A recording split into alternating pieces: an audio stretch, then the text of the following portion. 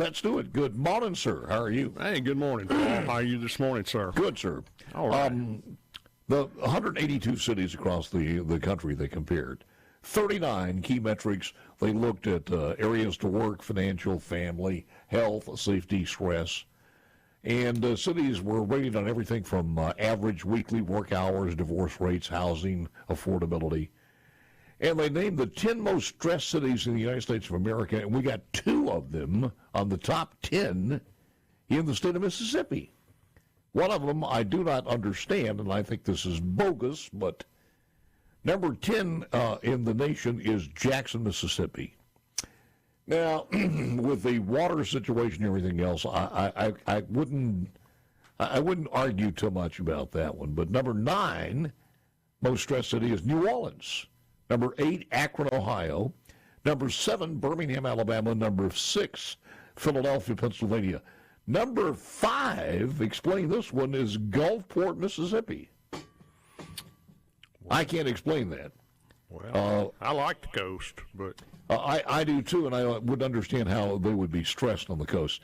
Number 4, Memphis, Tennessee. Number 3, Baltimore. 2, Detroit. And the most stressed city in the nation is Cleveland, Ohio. Not good for the Chamber of Commerce there. Well, you know, when you threw out Philadelphia, I got real concerned real quick that you were going to say Philadelphia, No. Mississippi, and I was going, surely not in Philadelphia, Mississippi. The least stressed, and I don't know why, because some of these people must be, and it's because there's not a lot of conservatives, because there are enough Karens in these cities that would stress a lot of people. Surely, yes. Fremont, California would be number 1. South Burlington, Vermont. Fargo, North Carolina. Lincoln, Nebraska is in the top 4. What's the next one? Bismarck, North Dakota. So, I wonder who sits around and makes up these polls or these lists. Anyway, it's intriguing. I think it's easier to do now. They just ask AI to give them a list, Probably. and then they take off for lunch and they go with, have a Starbucks, and that's basically it. The AI thing. I haven't grasped that yet. I'm confused. AI? Yeah, I'm confused on that. It's one of those things that the kids are using more than we expect. I'm not sure if that's good or bad, but I know that they're all in as far as AI is concerned. All right, let's talk about this. What year is this? What's the edition of the fair? 135th. Started 135. Started in 1889. The last remaining campground fair in America.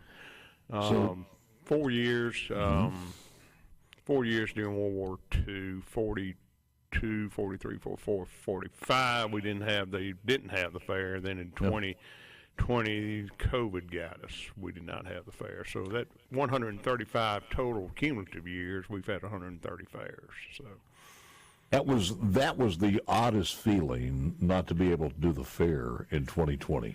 Yeah. It's almost like there should have been an exemption.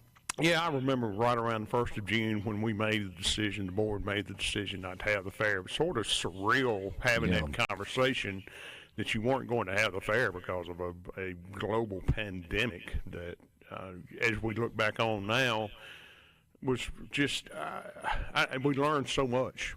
I think we learned so much and just would do things totally different now, but that's just Oh, absolutely. And I would hope on a national basis also, because they learned their lesson, but it's just so many questions. We have a lawsuit against one of the manufacturers in Mississippi, along with about 4 or 5 other states. There was a $700,000 jury award, and I have it in the stack somewhere, to an individual who was forced to take was fired, who did not want to take the shot, didn't take the shot, but was fired. $700,000 award. So, and that was not against the company, it was against the employer. But that immunity, I'm not sure if some of the lawyers are finding a way around it or what, that they asked for and apparently received as far as the pharmaceutical companies and said, hey, we'll put this out there, we'll fast track it, but you can't sue us. Well, I think, I think there's going to be things for many years coming that are fallout or hangover from the COVID pandemic. And, gosh, whether it's legal challenges or medical challenges that people may have received complications from vaccines or boosters or whatever, I think for the next many years we'll see. We'll see the fallout from that. So, have you got your lineup ready? Everything's ready to go. We do, Paul. We kick off 2 weeks from this Friday. The 135th Fair, Neshoba County Fair, Mississippi's Giant House Party. Kick off 2 weeks from this Friday, July the 26th. Run through the next Friday, August the 2nd. And we've got the, it's when we were putting together the schedule this year. The first year after a statewide election cycle is always a very lean year politically. Okay, I mean it's just not a lot of politics going on. Obviously, the lieutenant governor and the statewide, elected officials are speaking. We do have the Supreme Court race in this district that Senator Jennifer Branning is running in that race, and along with Justice Jim Kitchens and 3 other candidates, I think. So that is intriguing on that side of a contested election for this year. The schedule is good. I could talk about the schedule, but it's a lot easier for people to go to our website, NeshobaCountyFair.org, and we have the schedules up for the 8 days. And season pass. I just want to talk a little bit about the finances. Season pass is $60 for the 8 days, $30 daily. So we encourage everybody to buy a season pass if they can. Obviously, if you're going to come more than one day, the season pass is what you need to do.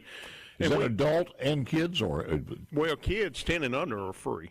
Kids 10 and under are free, and it's not broke down by age groups or anything. It's $60 for an 8-day pass or $30 for a day pass, and when you break down with all of the fair, I mean, when you come into the fair, I mean, if you go to the carnival, obviously you have to pay for the rides and your concessions and things like that, but there's nothing else you pay for when you come into the fair where you go, whether you go to the horse races, to the concerts, to the late night bands, to the political speaking, to all the things that we have packed into 8 days. That $60 covers everything, and that's pretty cheap entertainment daily. Never ask you this: if you've got a cabin there, what's the monetary obligation there? Well, so let me just break that down just a little bit quick. You talk about cabins. Cabin owners don't actually own the ground that the cabin sits on. The Fair Association owns the ground, but you do own the cabin. And, we don't charge homeowner fees or association fees or anything like that. But all you pay is your utility fees that covers your cost of your utilities for the year or for the season. It covers the cost of your garbage pickup, security, all the things that it takes to run the fair. And our utilities come on the first weekend in May. They go off the second weekend in August to all of the cabins and to all the camper residential areas. And so that's how it works. It's a pretty simple thing that's worked well for a lot of years. But do you have to pay to get in, or it's like everybody else? Oh yes, cabin owners have to pay to get in also. They don't get a break on that. No, we don't get a break on that. And I would tell you, the utility, the cost of utilities, what we charge is, I mean, we want to cover our costs. We're not trying to make money off utilities and things like that to the cabin owners. There's no more land to expand on, though. I mean, it's locked in, right? Well, we have additional land. Most of it is located across the highway from the main fairgrounds. It would take some physical infrastructure improvement to make it suitable for cabins, and I'm not saying that down the road that it's not a possibility, but we would have to greatly increase our infrastructure. But look how many people you've got in RVs and campers. Yeah, so 500, I think, I was talking to the fair manager one day last week. I think we have 584 camper spots Crazy. that are filled, plus 601. Are they already obligated, Scott? I mean, they're already gone? Oh, yeah, and we have a waiting list of over 200 people that want See there? Yes. All right, I got an idea for you when we come back. I saw something recently, and it just jogged my memory. I'll toss it at you. Okay. To Scott Bounds, coming up in a moment or two. We are on a Tuesday, 9th day of July. So we're not that far, July 26th, the beginning of the state fair, or I'm sorry, of the Neshoba County Fair. The finances that you've seen, any little comment on that? Well, again, we were pleased with the way the state's fiscal year ended on June 30th. I think we were right north of $181 million above the FY24 Sinai estimate.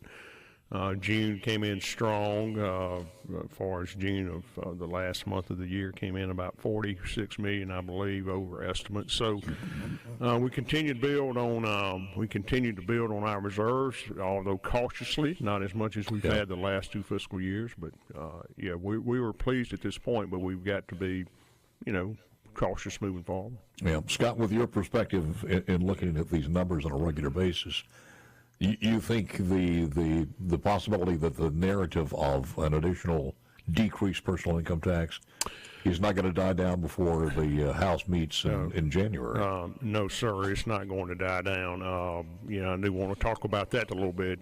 Speaker White has appointed myself and Chairman Lamar as co-chairs of the Select Committee on Tax Reform, and one of the several things that we'll be looking at through the course of the remainder of the summer, which, by the way, we have our first initial meeting next Monday afternoon at the Capitol. But obviously, some of the things that we will be looking at in that package is a reduction in the grocery tax. Possibly, we've got to be sure that we have a mechanism that our cities are maintained whole. But the elimination of the personal income tax and how we get there is one of our top priorities, to be able to look at that, because it's, Paul, as well as I do, it's proven in states that don't have a personal income tax, the growth and all that they experience is great. Oh, absolutely.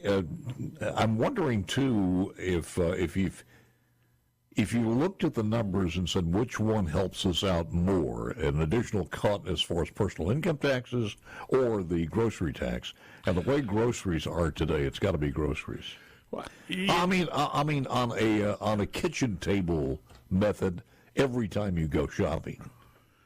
Yeah, I agree with that to an extent, but also when you have more. When people have more money, they are actually putting into their pocket, and if that's from a reduction in the grocery tax, or a reduction or an elimination of the income tax, that money is going to be spent elsewhere, or it's either going to be invested in things that create a positive economic growth environment in the state. So. Anytime the consumer can have more money to spend, and I was just reading a few minutes ago, we were reading the Silver Shovel Award, some of the things that are going on in our state, and there are so many bright things that are happening in our state, and I just think we need to spotlight those a little bit more. Well, I agree, and as I was driving in, I heard you elaborate about having your kinfolk in from out of state, and about the things that they were like, really, all this is happening in Mississippi? And these are things that have happened, Paul, in the last 12 years under Republican leadership at the Capitol. And we're not through. We're going to continue to push a conservative fiscal agenda, a conservative agenda in a lot of areas that will promote Mississippi and enhance Mississippi's growth. Douglas Carswell was on with me yesterday, if you heard that interview for Public Policy, and we were talking about the school choice and how important that was to at least address and take to the next level in the next legislative session. Your thoughts? Well, yes, I think that's something that's going to be on the table also. I think it's time think it's time for the legislature to look at the school choice and how far we go with that. I know, and I heard the interview yesterday, and Douglas is a good friend of mine, and I greatly respect what the efforts are of him and the Mississippi Center for Public Policy. But we got to move slow. I mean, I know that he talked about Arkansas doing it in 1 year, and I'm certainly not opposed to a school choice. I think parents ought to have that choice. Governor Reeves has said many times that a child's education attainment shouldn't be determined by a zip code, and so I believe that, and I think we'll be looking at that. I think Chairman Robertson and Chairman DeBar in the Senate we'll have an opportunity to look at that. I did not realize the severity of absenteeism and how large it was in schools. Yeah. That kind of shocked me a little bit. Yeah, and I saw that Auditor Shad White, State Auditor Shad White, had released a report yesterday. I have not read yet. I just saw the headline on a email, but talking about the chronic absenteeism and what that means down the road, not just now, but what it means from down the road. The guest lineup, we've got to spend a couple of more minutes here on the fair itself. Sure. So get those tickets, get them early, and enjoy. But the guest lineup is pretty darn good. I was looking at it, and got some unique bands in there, too. Yeah, we got some really unique bands. We start with our Nashville entertainment on Tuesday night, July the 30th, with John Langston, and then we move to Blackberry Smoke, which is a great southern rock band, on Wednesday, July 31st. Thursday, August 1st, we have actually a double bill. We have Tyler Braden and Dylan Carmichael, who is Tyler has had the #1 song on Sirius XM, The Highway, for the last several weeks, so we're excited about having him. And then we go to Friday night. We close out Friday night with a front man, and I can't think of their names, but it's 3 guys that were 90s country from Restless Heart, Little Texas, and one more that are going to do a 3-part show on Friday night that's going to be real good. 90s country is pretty hot right now. It is. Anything new going to be added this year? It's going to be the standards. Well, the standards. We've altered the schedule some. Some of the things that we've done on different days or different times, we've moved them around. You know, it's just we do the things that we do. The horse racing continues to just grow and grow and grow. Yes. We have the only licensed racetrack in the state of Mississippi. Now, when I say licensed now, let me just say that there's no betting. Well, there's no organized betting. Let me put it like that. No. But that's always a big thing, and that kicks off racing. Those changing of dollars you see in the stands are donations being taken up. That's all that is. Well, yeah, we're a nonprofit,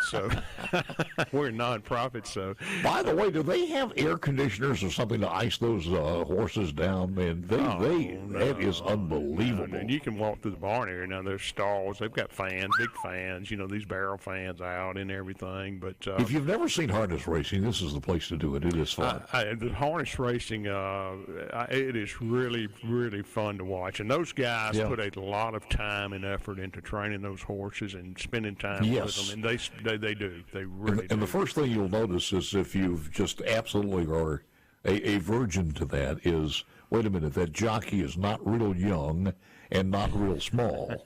No, they're not. And are these mostly the owners of the horse? Most of them. Most of the owners are the jockeys, and just watching them train throughout the course of the summer, come out to the fairgrounds and train their horses and everything.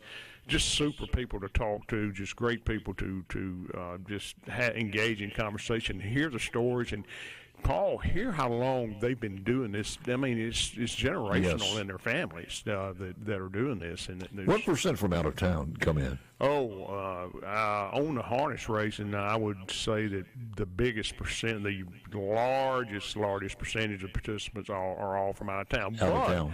Most of them are from Mississippi. We have some from Tennessee. We do have some from Louisiana, Arkansas. But most are from Mississippi, and most are from here around the metro area.